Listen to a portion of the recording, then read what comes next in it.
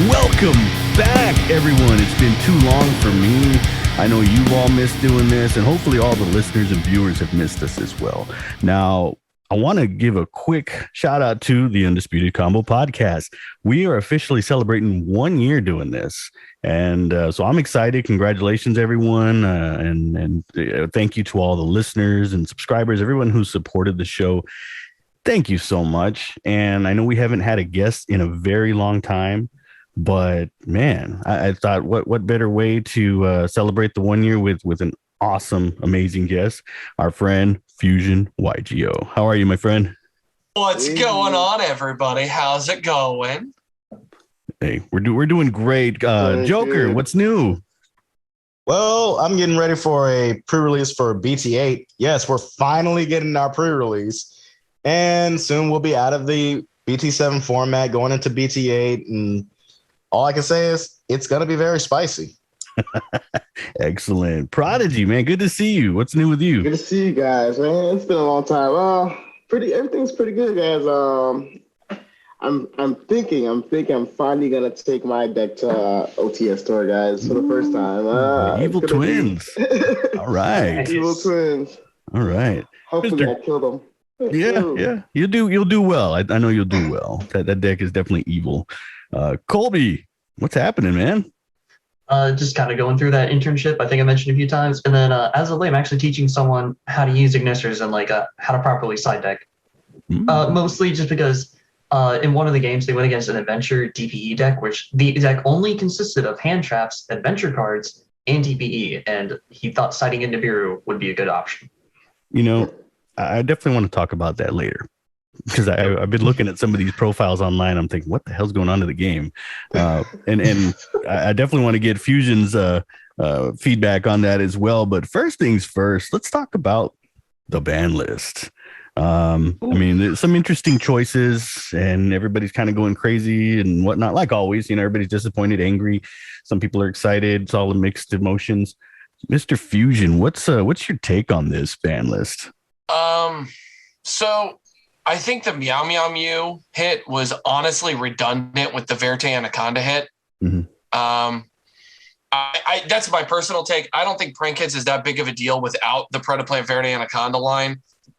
With the DPE stuff in it, it's just a little too ridiculous, locking people out of the extra deck.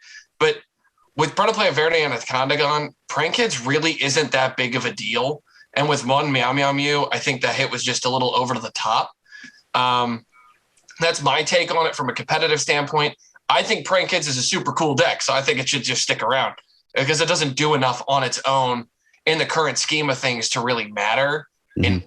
And that's in my estimation. I've played against Prank Kids since it came out because I have a friend that plays it religiously, and it's never been a deck that I'm like, oh, this is like super unfair. I'm just like, well, you got me. Your resource management that time was on point. But I feel like the lack of a scythe hit is a huge misstep with things like Baronne de Fleur, with Time Pendulum Graph, especially with the Pendulum support that just came out and Beyond the Pendulum, and all the other cards that just came out. The lack of a hit towards the scythe engine worries me. Mm-hmm. I don't think it's bad. I don't think it's going to break the game and destroy Yu-Gi-Oh, but I think it's a potential problem. But Verte being gone, I've been calling for this since the middle of last year. I got a lot of heat for it because there's no, Dragoon's the problem. Dragoon has never been a problem. Just kaiju it. And I stand by that. Dragoon is not that big a deal. The best fusion decks are not even playing it anymore. So I think that was my big thing. Yatagarasu coming off made me giggle. I don't think it's good. I don't think it's I don't really care. I think it's fine. I personally think it's hilarious that Yatagarasu's back. And there is a small subsection of the community that's like, no, Yatawak! So that makes me laugh. The only deck who can even potentially do it is Flunderies, and that's... And Flunderies can't even search it, because it's a fiend. Yeah. But go ahead, play it. What are you going to do with your silly birds? It's not even one. I wonder if you could small world into it, but that's a whole other option. That's a totally different debate. Yeah, I think so. I think that's why they made a big deal about it, because it can be small world. Cool. If you want to play Yatagarasu and try to Yata lock your opponent, like go for it. More power to you. Mhm. I knew the adventure stuff wasn't going to get hit, so the adventure stuff not being there is not a surprise. It's brand new. Konami's not going to touch it. Right. Make the money. There were people calling for Branded and Despia stuff to get hit. I am not surprised nothing got hit because the deck's been around for 3 weeks. And it's not like we were talking about this before we started recording. Toss format or Eternal format, where all those decks had multiple months of time to exist. This deck has had 3 weeks, and it's not as dominant as anything like Thunder Dragon, Sky Striker, Orcus. Like, they're taking up 2 to 3 of the top 8, maybe. In top 16, they're taking up about 4 or 5. It's not unfair or unbalanced. And we're seeing more diversity in the format than we've seen in years. This is an incredible format, and I think this ban list I think the other than the Meow Meow Mew, I think this ban list is spot on and fine. Pot of Desires. Can we talk about Pot of Desires for a second? Why did they limit it and then semi-limit it the next list? I think that was crap. Why did we do that? I think they're thinking the same thing. Like, who in their R&D department said Pot of Desires is too strong? We have to limit it. I think we overdid it. Maybe we should just put it at 2. Put it back. Hey, that card right there that locks you from the extra deck, that's fine. I'm sorry, does that say bench 10, draw 2? Give it the X. Throw up the X. It's professional wrestling, boys. Oh, Lord. I'll see your ban list with one Raise card. Did you notice that as soon as they say Night Assailant at 3, people are now saying XYZ Dragon Cannon, full power, let's go? Did you see that post?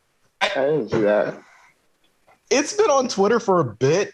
Everybody's talking about, so now we're going to go back to the format where we just Gatlin the field with XYZ Dragon Cannon with 3 Night Assailants. I'm like, did they read the who's errata? saying that? Yeah. They haven't read the errata yet. That's I'm still like, This is a PSA. Here is a PSA for all of our Yu-Gi-Oh players. Read your cards. Check your erratas. I am laughing at people buying out XYZ Dragon Cannon, and I'm just like, please go ahead, buy them all. XYZ Dragon Cannon was never good. Hey, Prodigy, any thoughts to putting Yatagarasu in your Evil Twins deck? That'd be interesting to see if you could. I'm staying away from that evil card, guys. Bad memories. I think I say I never played in person before, but back in high school, that was the thing. Yatagarasu with was it Chaos Emperor? CED. And Painful Choice. Oh my God. I don't know how I survived. This is before I knew that decks lists were online and people are coming to school with these cards. I'm like, this is unfair. Like this is the worst thing that ever happened to me. But yeah, I'm those people. I played Yata Lock. That I'm those people. Oh yeah, I lived it. And the great thing about Invasion of Chaos is it really balanced the playing field for everybody. I remember being at the local store, and it was like 1 or 2 decks, the hand control deck that would dominate. And then once Invasion of Chaos came out, people got their hands on the Blackluster Soldier and the Chaos Emperor Dragon, and it really helped people improve. I mean, I don't want to say it was instant win, but once you learned how to pull that off, it really balanced it out. But then to the other side, everybody had the same deck. It was kind of boring. I had my little the dragon structure deck? I had the first structure deck. I was coming to school, I was like, I'm the best player. I had my arm dragon guys. Yeah, that didn't work at all, guys. I didn't know I need 3. I didn't know I need 3. You didn't know you needed Yata Lock. Yeah. No, I didn't know. Yeah, the dreaded Yata Lock. I mean, there was people who wanted to play through it too. I'm like, do you really want to do this 200 at a time? I mean, I don't mind chopping you down, but at some point it's over, accept it. So, and here I was in Invasion of Chaos release date. I was 2 years old. Yeah. Little mean. So, Fusion, what about Change of Heart? How do you feel about that? Mind controls at 1, Change of Heart at 1 doesn't change anything. Yeah. The fact they kind of left mind control there, despite bringing back Change of Heart to 1, is kind of like why? What's the point? If you're already running only one mind control, they're just going to switch to change of heart anyway. Yeah, it doesn't change anything. Change of heart is just a forced negation. Yeah. They have change of heart that doesn't target at 3. Triple tactics. Yeah. Triple tactics. Yep. Does the same thing, except it doesn't target. It just says take control. Have fun. Yeah, and all you got to do to get to that is like, hey, did your opponent activate a monster effect? Yeah. Hey, wow, look at that. There's Ash, there's Valor, there's Bell, there's all sorts of hand traps, there's other negations on field, there's Apollosa. Yeah. Hey, Joker. If you're Any of these cards benefiting your War Rocks? Surprisingly, only 2. But Change of Heart is actually useless to us because of one particular thing. If your opponent is trying to build up their board and make an unaffected beat stick, I'm biting off of Kobe real quick. What's the point of me trying to take it over if I can't target it? The only card that's... You can still target the unaffected beat stick. It just doesn't do anything. Exactly. So it's a wasted dead card. Now, on the other hand, the one card that does benefit me would be Night Assailant because I do use flip effects, but it's only a one-time deal. So I would only run maybe 2 just in case I want to get that one flip effect and leave it be. But I'm not solely banking on this whole ban list. Now, Pot of Desires at 2. Benefits like most decks because it shouldn't have been limited in the first place. It shouldn't be semi-limited. It's the dumbest hit on the list outside of Meow Meow Mew. The only reason I could think of why it was limited in the first place is because Sword Soul, and that's it. Well, Meow Meow, I can raise only one argument on it from what I've seen. It's because now that Prank Kids is such an easy deck to buy because of Maximum Gold, they're trying to basically say, okay, we're not going to have it where you have this pocket deck that everybody's going to run into the format. Everybody has access to the Prank Kids, so I think they hit it just in case people want to fall back on that and make the format stale because we got all this new stuff coming out. Plus, don't forget, summer's coming. What always comes out during the summer before the September ban list? There you go. A new engine. Every Or the time. Megatons. That too, which means massive reprints. So, market speaking, I think they're hitting it just so that they can bump up some more value in other cards. I mean, look at Change of Heart. $5 to now $50 or so. Yada Grasu was at one point, I couldn't get a nickel for my grandma. Now it's 70, 80, 90. Is it and really? even the commons like 30. Yes, commons are 30. Yeah, and the market with ban lists, though, I recommend to people, and I always stand by this, as a ban list comes out, don't buy or trade or sell anything online for about a week. Makes sense. Let an event happen, because otherwise, like, what the market does is when the ban list comes out, it's to the moon. It's just straight to the moon. Everything is stupid expensive. If you're buying it right when the ban list comes out, you look like an idiot. Yeah, you got to play your Change of Heart at 1 copy for 2 days longer than everybody else. Congratulations, buddy. But, like, I got it for half the price. When Feather Duster got released to 1, I didn't buy it for like 3 weeks, and then I bought it at about 50% of what everyone else paid for it when they bought it when it first came off the ban list. It doesn't make any sense. Yeah. No. Yeah. So back to Limitless, there's 2 things I want to bring up that got brought to 1. Hulk to 1, that's really funny, man. I think everyone was just running 1, maybe 2 Hulk in their deck. 2 would actually become the standard in the competitive scene for Prosperity. I guess fair enough, but I don't know. I feel like you would only really ever need to use only 1. And then the other card is Shooting Riser. Why? Rose Brave. Yeah. A deck that only literally the best players in the community can play because the deck is ridiculously difficult to pilot. I'm assuming it gets bricky too. No, it's not that it's bricky. It's that it's really complicated and its combo lines are very long. It's not necessarily long. It's that they branch off into a bunch of sub plays. It's like DDD except with 1-card engines instead of DDDs like 1-card combos, 2-card combos. Like that's why nobody plays DDD. This is why nobody plays Rose Brave except the best players. It's very complicated. So far, I just haven't seen the deck function. So I saw Shooting Riser. I'm like, why is this? It gets very confusing after you get past what? Level 10, I think? Or is it level 9 after that? The level 9s. Yeah, after that, it's just like, where do I go? I understand DDD being confusing because I remember I think I actually did the video on that where I just brought out Caliuga during my opponent's turn. Imagine going after a smaller Caliuga and then going from Caliuga on. Yeah. That's the other reason that Christian Halki Fibrex got limited is because with the Therion stuff that just came out, you're able to make a Hot Red Dragon Archfiend King Calamity on your opponent's turn, locking them out of being able to activate cards. And it's like a 2-card combo. Oh, Lord. Wow. And I know that because I might or might not be building that deck. Nice.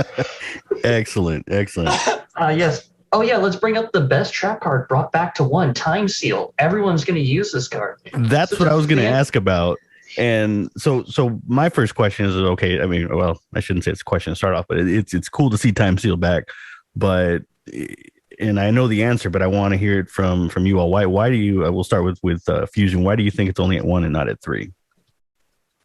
Because Konami's a bunch of cowards, which is why Orcust Harpor is also still banned. I'll call them out. I don't care. I've never been afraid to call them out. You know, I mean, it's they're cowards.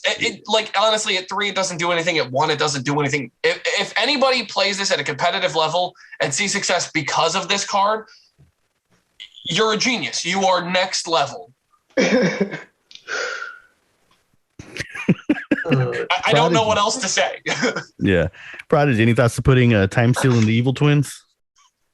Not at all. I think like most people say trap cards are kind of slow, but I mean, I guess there are trap decks that can recycle cards back into the field on the opponent's turn, I guess. And I don't know if there's anything like that. So that might be one of the reasons why, I guess. I'm not too sure.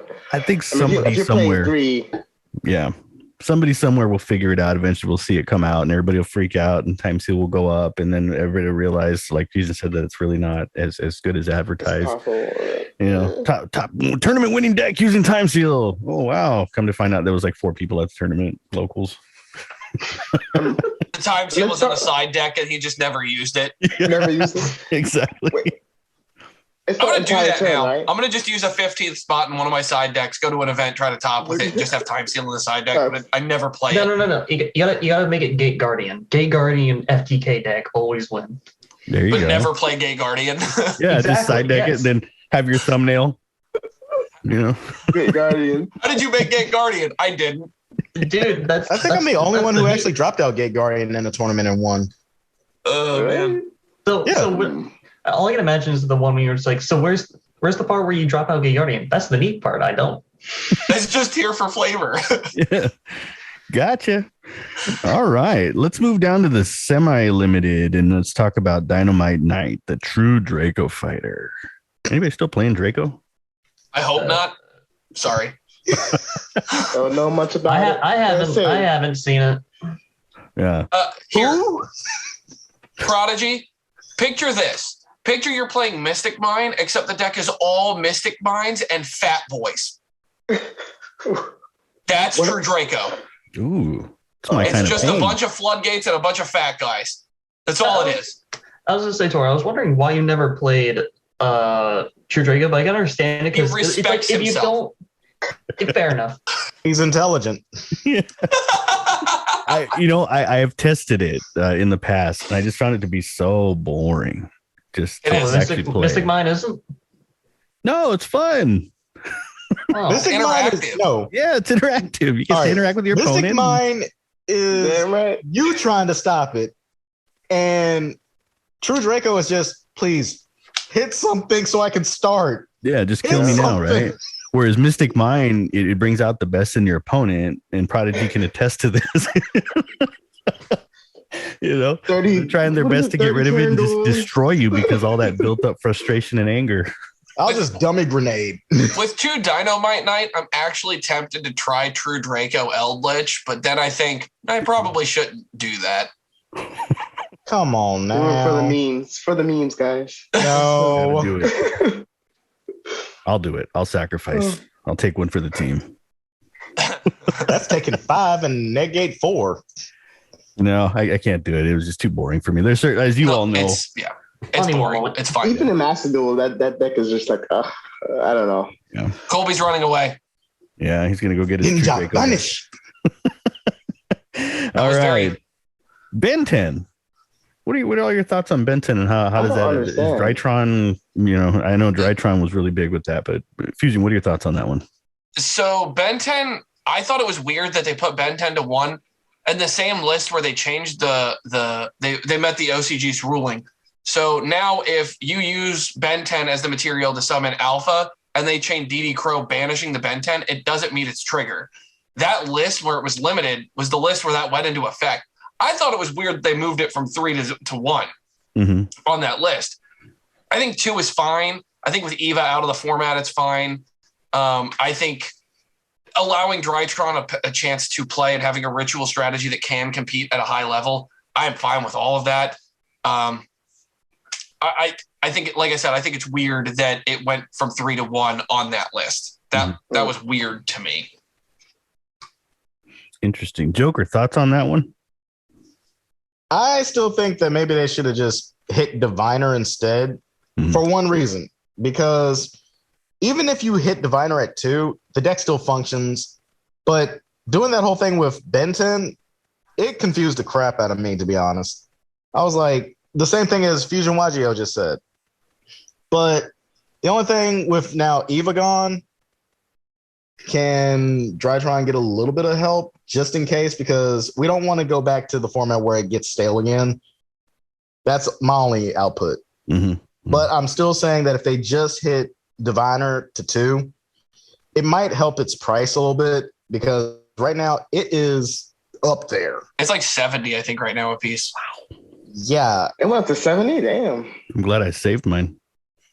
Yeah, it's like really high, and I think if it came down or if it got a decent reprint, maybe the deck would be a little bit more for people to have access to.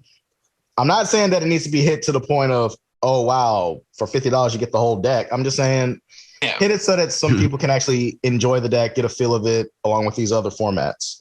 I think the Diviner hit is realistic on the next ban list after the Megatins. And the reason being is the Diviner is actually scheduled to potentially be reprinted in the next Megatin. So they're going to capitalize on their money, and then they're going to either semi-limit or limit Diviner. And then probably bring Ben 10 back to 3 because Cyber Angels need a bone. It ain't more than a bone. Cyber Angels? Nobody runs Cyber Angels. All 2 of you. I just want to make sure. all 2 of the people that play it. Yeah.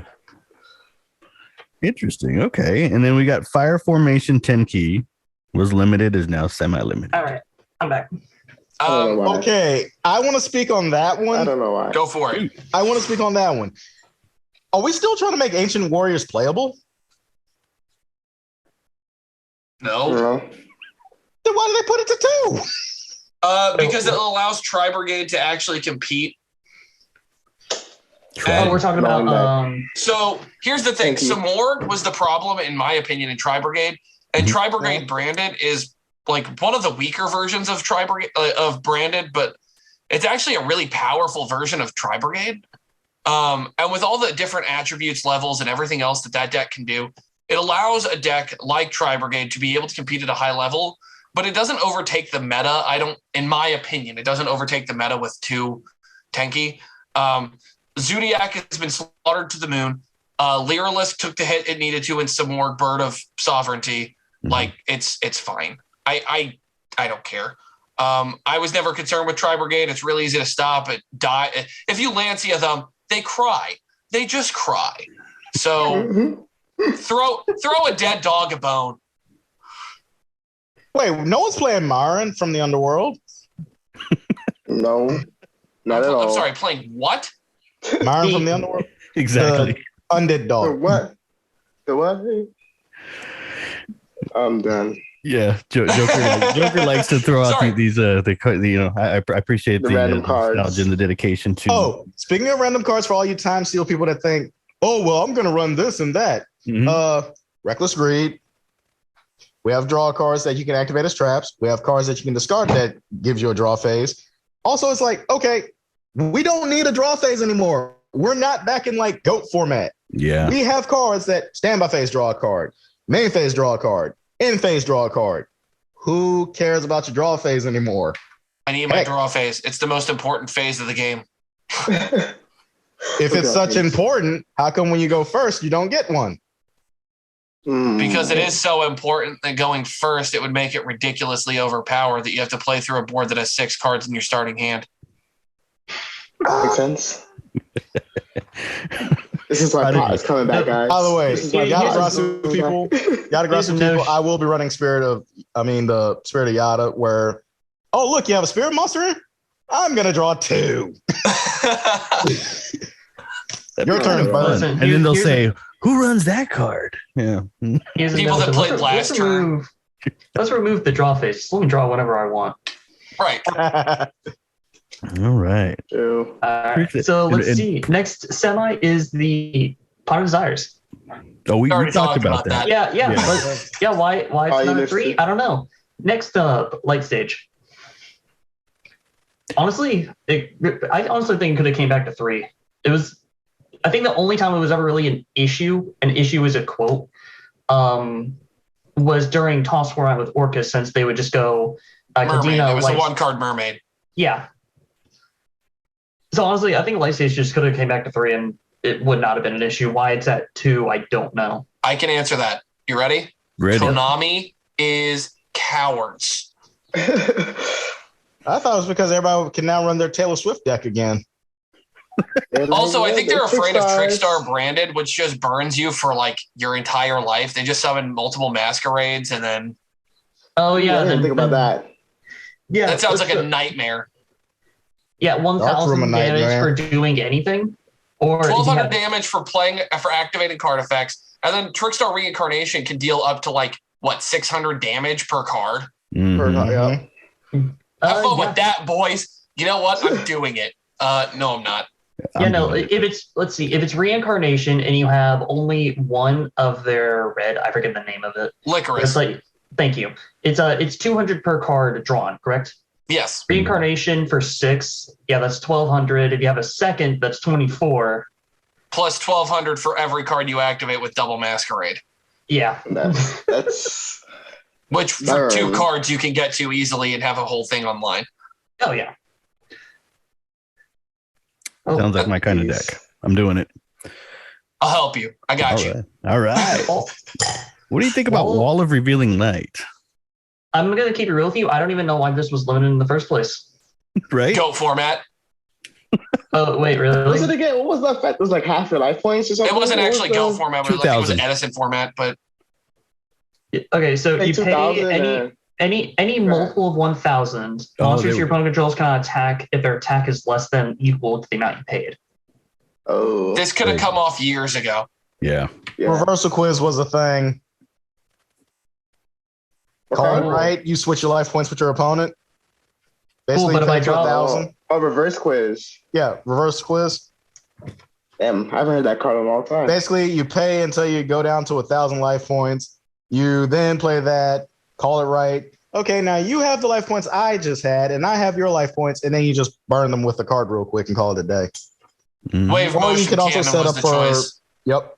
Or you can set it up with last turn when it was a thing.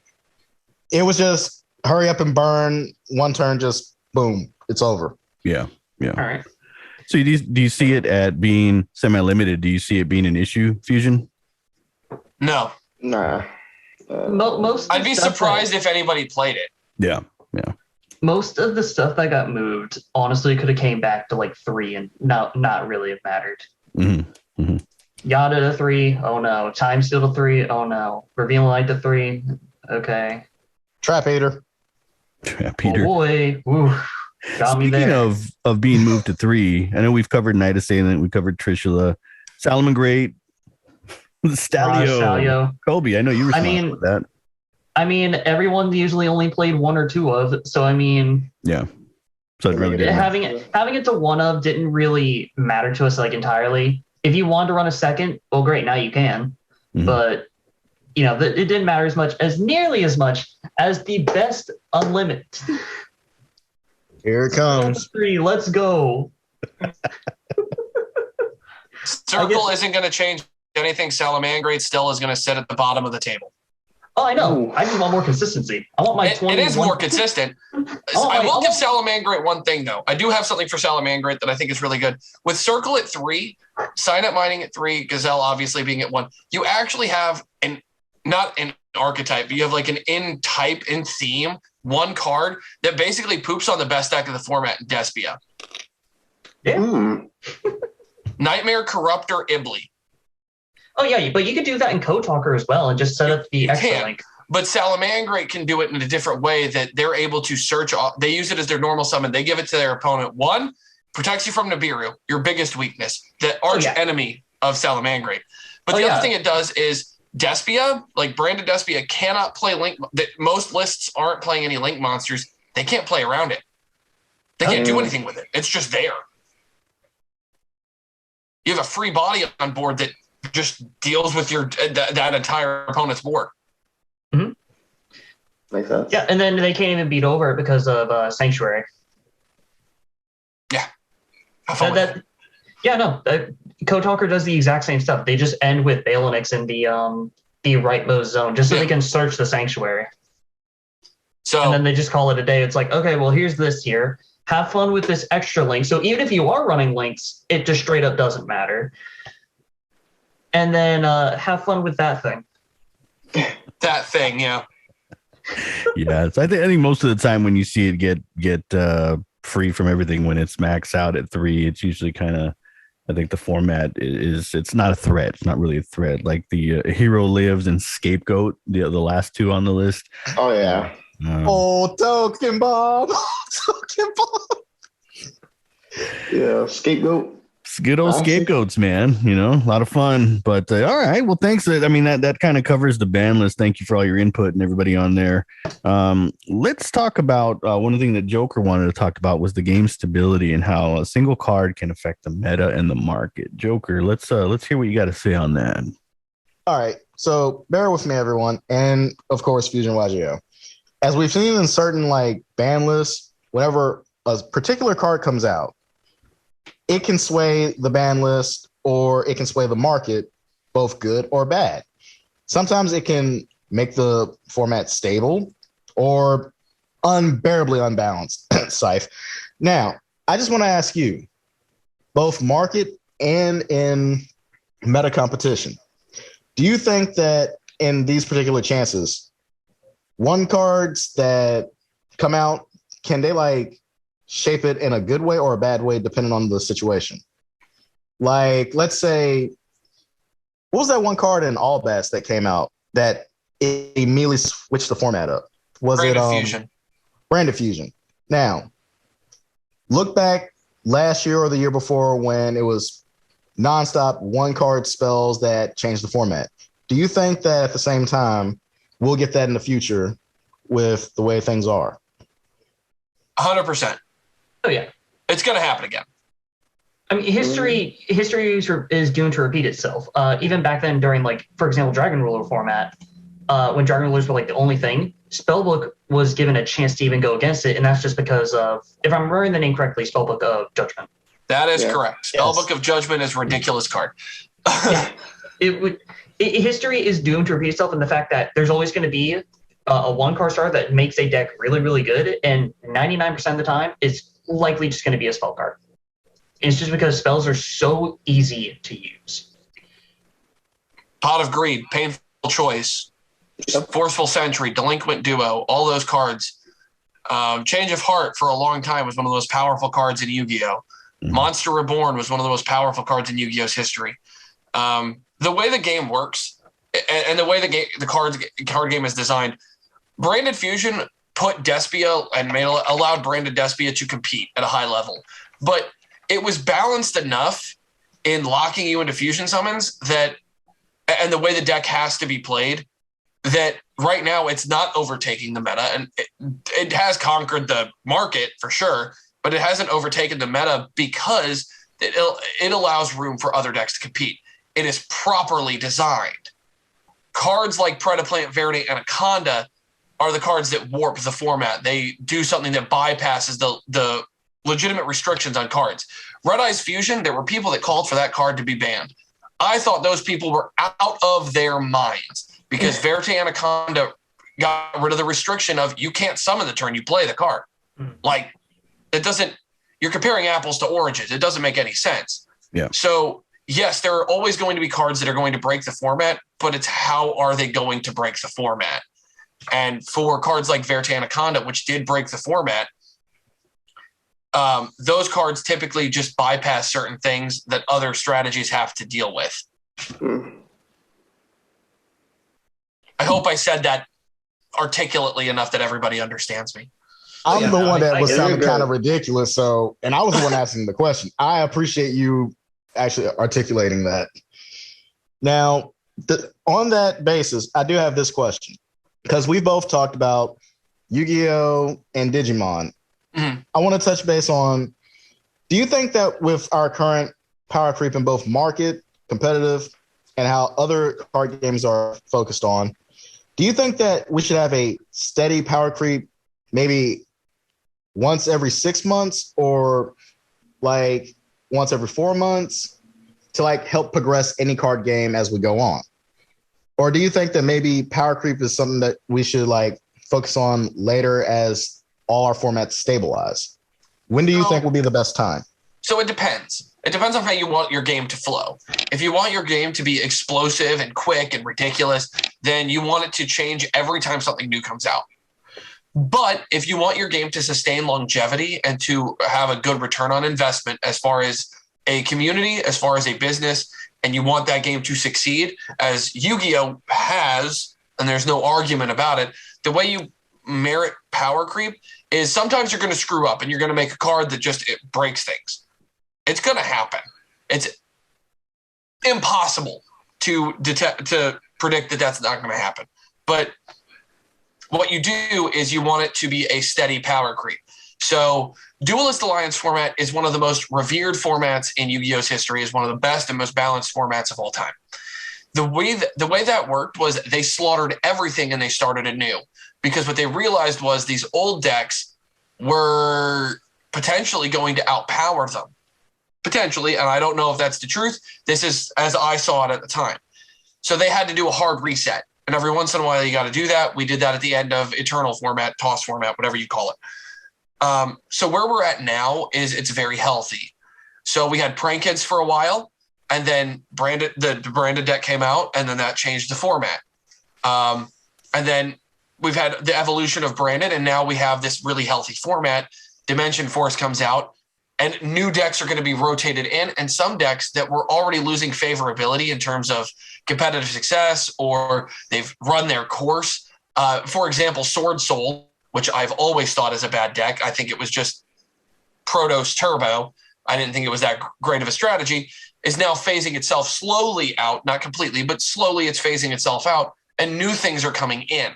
So the rotation is healthy, it's smooth. You see things go from really favorable to less favorable, and things that are unfair, Konami's done a better job of dealing with. If that makes any sense. And if I sound like an idiot, sorry. No, because You're good, Duelist you're good. Alliance, you were right. Because there was still some stuff from back in the day that could have crushed every last bit of that format. Inzectors were too good. They hit, what else was in that format? Windups. They had to slaughter windups. So a lot of decks got hit from that format, and they did the hard reset. But since then, how many Banlists have been a hard reset? I don't think we've had one since the end of Eternal format. Yeah, I haven't really seen any. But they let the strongest card from Eternal format come back to 1, which I think is stupid. Sorry. What about Toss format? Wasn't there was a very big That's hard Eternal reset. format. I call it Eternal format, but Toss format, yeah. I was about to say, like, Toss format was literally just recent. Yeah, that was the most recent one. But before that, it was Duelist Alliance. And for those who may not be aware of the labels that these formats get, would you care to elaborate more or less what decks were dominating on that when we're talking about Toss format? Okay, so Toss format was Thunder Dragon, Orcust, Salamangreat, Sky Striker. Thank you. Yeah. That's why it also has the moniker of Eternal format, is because Sky Striker lasted for like 2 years. yeah, the old SEMO. You guess it. It's Sky Striker. Woo! Yeah. That was rough. Wasn't Sky Striker like the longest living one between the four? Yes, it was the first to come out, and then it was Orcust was the least amount of time lived. Yep. Salad was about equal to well, no, Thunder Dragon kind of had a while. So Thunder Dragon had about 4 months. Then Salamangreat came out. It dominated for about a month and a half to 2 months. And it took up 48% of representation on release and maintained that amount of success for the next 2 months. Orcust came out. Numbers. We gotta bump up those numbers up. Well, that's what it was getting because Thunder Dragon was taking up a good amount and Sky Striker and other things were taking up. I did a whole video on it at the end of Eternal format. So Orcust came out and it only had about 6 months, but it didn't start dominating the top percentage of meta until about 3 months in, right around national season, when people realized, oh, Dingirsu doesn't target. Yeah. And then Sky Striker Orcust existed for a total of like 4 weeks. That deck was insane. And the problem in that deck, and I stand by it to this day, was the Sky Striker cards. Yeah. Yeah, because at that time, Engage was at 3, and it was like, oh, yeah, cool. Let me search my whole deck. Let me just do whatever the hell I want. Basically. Mathematician was a 1-card full combo. Insanity. Yeah, I remember that. I actually played against a few of those. It was not fun. Like I said with me, my 30-minute long duel, not match, duel with an Orcust deck during toss format. What a great time. Yes. Because it was just a constant thing of us top decking our exact cards needed or being able to outgrind each other until at the very end. I forget what happened, but apparently he could not come back, and I was able to just kind of go in with I think at the time it was That just means he didn't manage his resources properly, didn't recycle the right cards. Yeah, and in all fairness, when you're at a 30-minute duel, at that point you're just kind of like, okay, at this point you're just tired. True. Could be a battle of. It could be exhaustion. Yeah, it's just that's how that matchup goes. Is if you mismanage your resources in a grind game, you lose. Oh yeah. Yeah. All right. Switching over. I know you Fusion. You were talking about the current meta being one of the best, healthiest it's been in a long time. And I tend to agree with you. I love when formats are diverse. There's so many different decks that can come at you. Rogue decks can always surprise you, of course, as we know. I love the evil twins that Prodigy runs. But what decks for those who aren't in the know currently, as far as the meta goes, what is really seeing a lot of play right now, Fusion? So the top 5 decks, and this is in my humble opinion based on what I've seen from events and top cuts. So Despia Branded is the best deck of the format. I don't think that's up for debate with anybody. No. I'm pretty sure that's pretty consistent across the board. Tenyi Sword Soul exists, but I don't think it's a top tier strategy personally. I would go, it's Despia Branded, Floowandereeze, which is the best anti-meta deck in Yu-Gi-Oh's history, period. It is the single best anti-meta strategy of all time. So Floowandereeze is in the top. I would say Prank Kids was, but it's no longer there. And the other 3 spots can be filled by just about anything. The format's so diverse. It's honestly baffling. I've seen Plunder Patrol Adventure top. I've seen ABC Adventure top. I've seen so many weird different strategies topping that, and it rotates so frequently. Live Twin has been topping recently. I rebuilt Live Twin Eldritch because it's fun. It's a really good way to play a 1-card combo deck mixed with, all right, I'm going to pop things during your turn and summon zombies. And it requires a big brain to play. Like, you have to really think your things out. And it's easily one of the most complicated decks I've ever built, but it's interesting. So you could play anything if you make, if you're going to play in the current format, you just have to build properly and have a proper strategy in your head. And you have to know what your lines of play are and what you lose to and what you win against. Like Salamangreat is honestly, it's a tier 2 strategy that can compete. Nice. I love hearing that, because as someone who, and I've talked about this before, who played in the early days of Yu-Gi-Oh! 2002 through 2005, back then, I was one of the players who had always hoped that we would get to a point where there was more than just 1 or 2 decks. You have a fire deck, you have a water deck, whatever it was, even archetypes. And now we're kind of at that point now where we can do that, which is amazing. So it's nice to see the evolution of the game get to where it is so far. Prodigy, any thoughts to making a Live Twin Eldritch?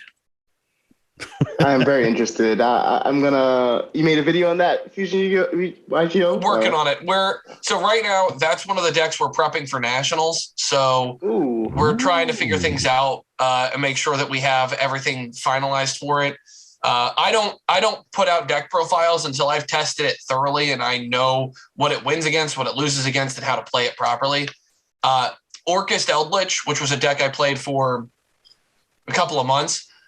Before I made the video that's on my channel currently, before I made that video and did the deck profile on it and did the deck review for it, I tested it at probably 15 locals in total. I lost a total of 3 matches with it.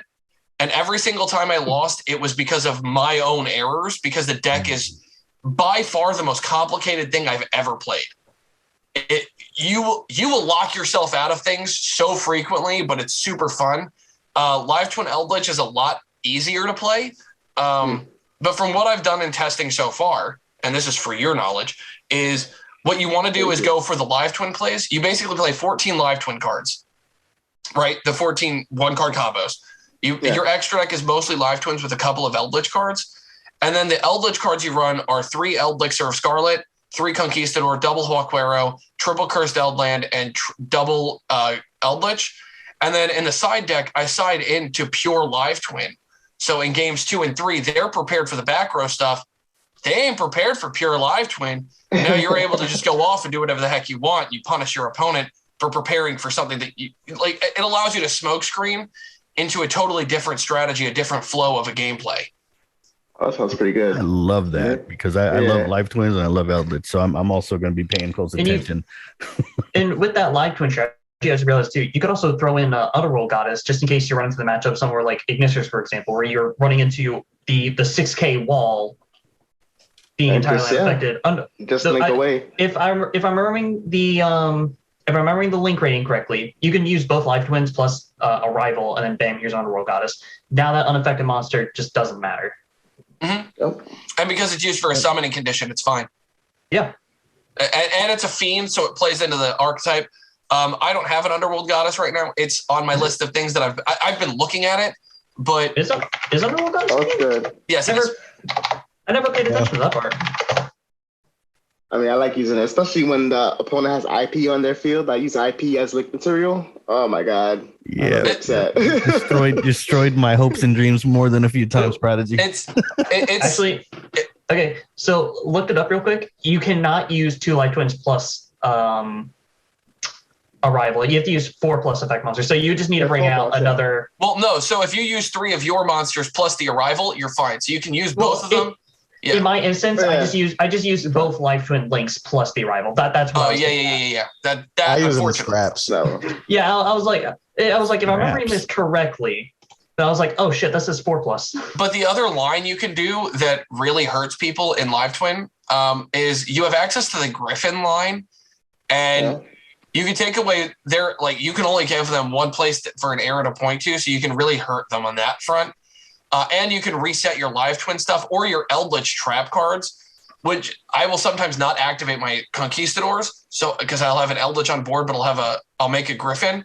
I'll reset Conquistador so I can just trigger that. You gotta send me that deck list. I'm gonna need that one. I think we're all gonna be paying close attention to that. There you go. For anybody that plays that deck, follow Fusion YGO, subscribe to his channel, turn on those notifications because there's so much in there. And Joker, you had mentioned scraps, and that brought me to I guess our next Fusion. Let's talk about your channel. I know your editor is phenomenal, and you're gonna make me be nice to Christian, aren't you? Hey, I like Christian. He's no. I work with the guy. I'm allowed to not be nice to Christian. Okay, that is true. That is fair true. Enough. I love Christian. He is a great people. He has honestly quadrupled the value of my content.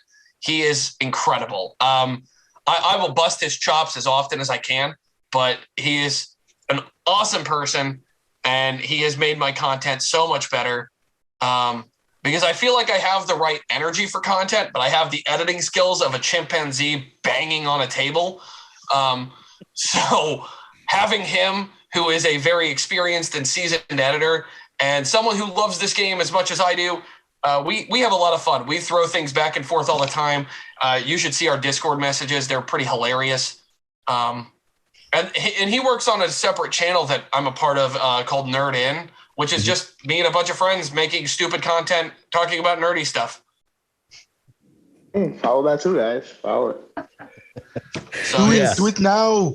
Yes, absolutely. I just do content there. I ain't in charge of it anymore. I've stepped away from that. I'm just running Fusion YGO and doing my 3 jobs. I'm good. 3 jobs. With 3 kids. Yes, you definitely lead a busy life, and I can definitely relate to that. And I don't know how you do it because I have a hard time keeping up as it is with just the podcast right now. Well, would you like a funny story? I can get. Well, I think it's funny. You probably won't, but I think it's hilarious. Let's hear it. Okay, so I used to work a lot more. I used to work like 90-hour plus weeks. I had kids. I ran a YouTube channel. I actually had a heart attack about 5 years ago. 4 or 5 years ago. Oh no. Oh, it's fine. I make jokes about it. It's fine. So when Christian and I first started talking, how this interaction began was it was post my heart attack, and he wanted me to be on a podcast. So when I had the heart attack, I was working in restaurants. I was killing myself because I'm very driven to be the best. I'm very motivated and very competitive. So I worked more than I should have. So I had a heart attack and I ignored it for about 2 weeks. Fun fact, don't do that. I was gonna say, hey, a little bit of advice. No. Yeah, bad call. Colby, I learned something really big that day. Don't do that. So I ignored it. No. Yeah. So what I did was I was working. I was at work at the time when it happened. And I grabbed the table. I went beet white, threw my chef coat. You could see my chest convulsing.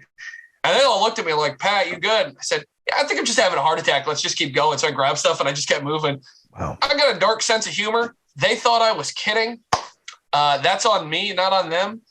My boss was like, you good? I said, yeah, it's just a heart attack. It's no big deal. And he thought I was kidding too. So cool. 2 weeks later, on Easter Sunday, which also happened to be April Fool's Day, as a fun fact for those of you watching at home, I was at my dad's. It was my first day off in a while. And I said, hey, I'm going to go sit down. I'm not feeling super great. Get around the corner, and I collapsed. My body gave out. Wow. Finally hit me. Yeah. So my wife rushes me to the hospital with our almost 1-year-old son, my oldest child. So he got to see Daddy collapse. That was spot on. Oh God. So she rushes me to the hospital, and I take a picture of the emergency room sign as we're going in. Send a text to my work group chat, and I'm just like, "Hey, I hope your guys' Easter is ending better than mine." Someone realized that it was April Fool's Day. So they're like, so they said after I'm hooked up, I've got all these things in me, and they're like, I know it's April Fool's Day. You're just messing with us, right? I'm like, oh, it is. So I took a picture of myself in this hospital gown with all these wires and stuff. I was all dressed up, nowhere to go.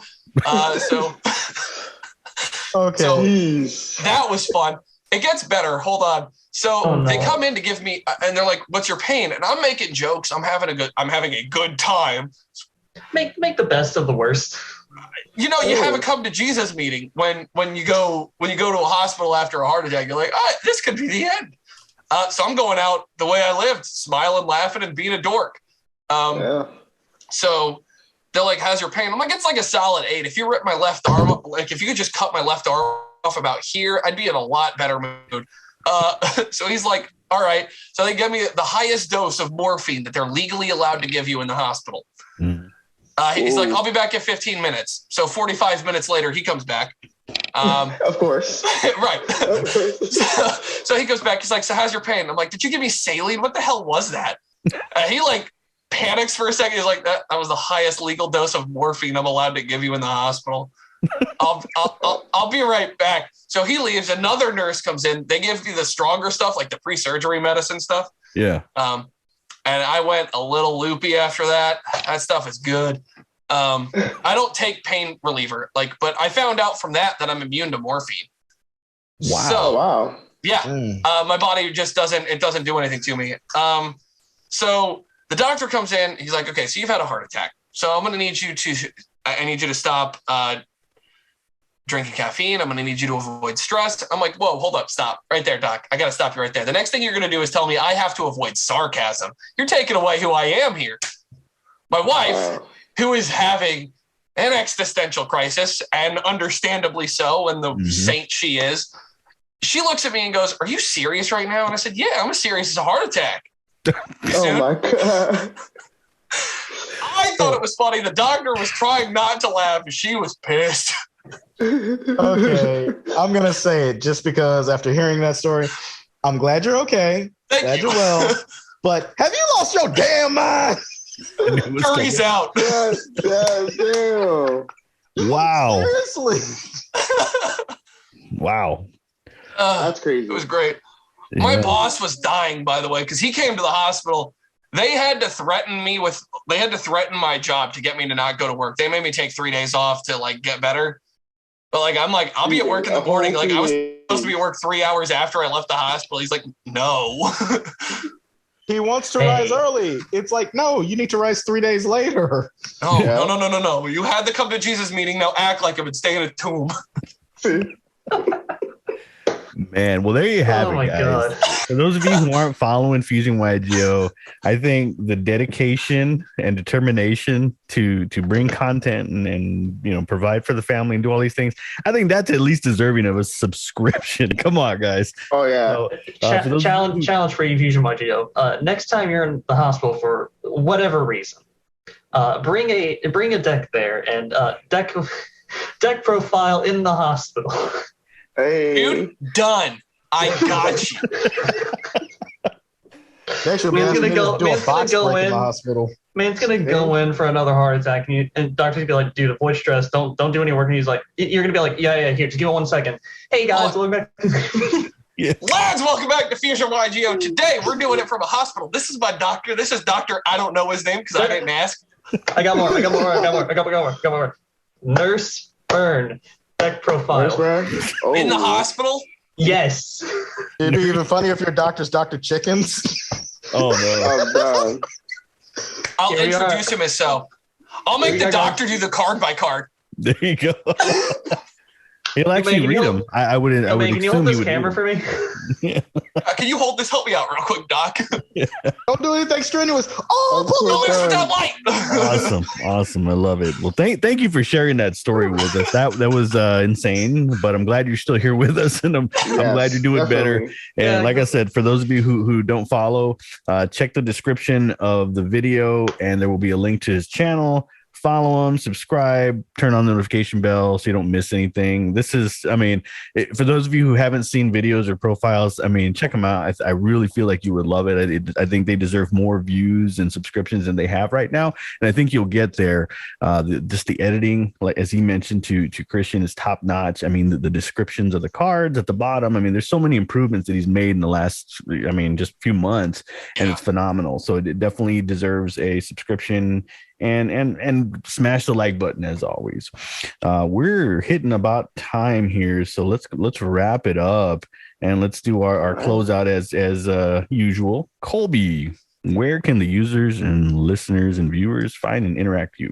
I can't even talk. Sorry. You're good. You guys can find me on the Undisputed Combo channel, and you can find me on Instagram under TDC _ YGO. Pretty soon I'm going to try and upload the Ignister deck profile. I've been meaning to do that, but I've been very busy. We understand. Not acceptable. Yeah. Work through the pain. Yeah. If you're not having a heart attack in the hospital, we don't accept that goal. Yeah, you got to do more. I'll do it during the internship. Don't worry. We've set a whole new bar after this podcast. Listen, I do not care that you're on your deathbed. Record the video. Yeah, do the job.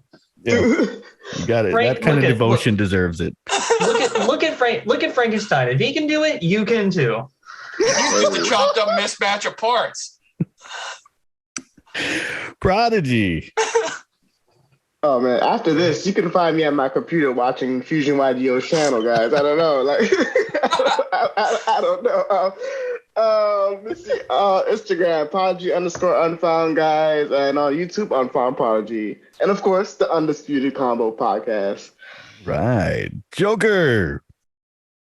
You can find me trying not to die laughing right now.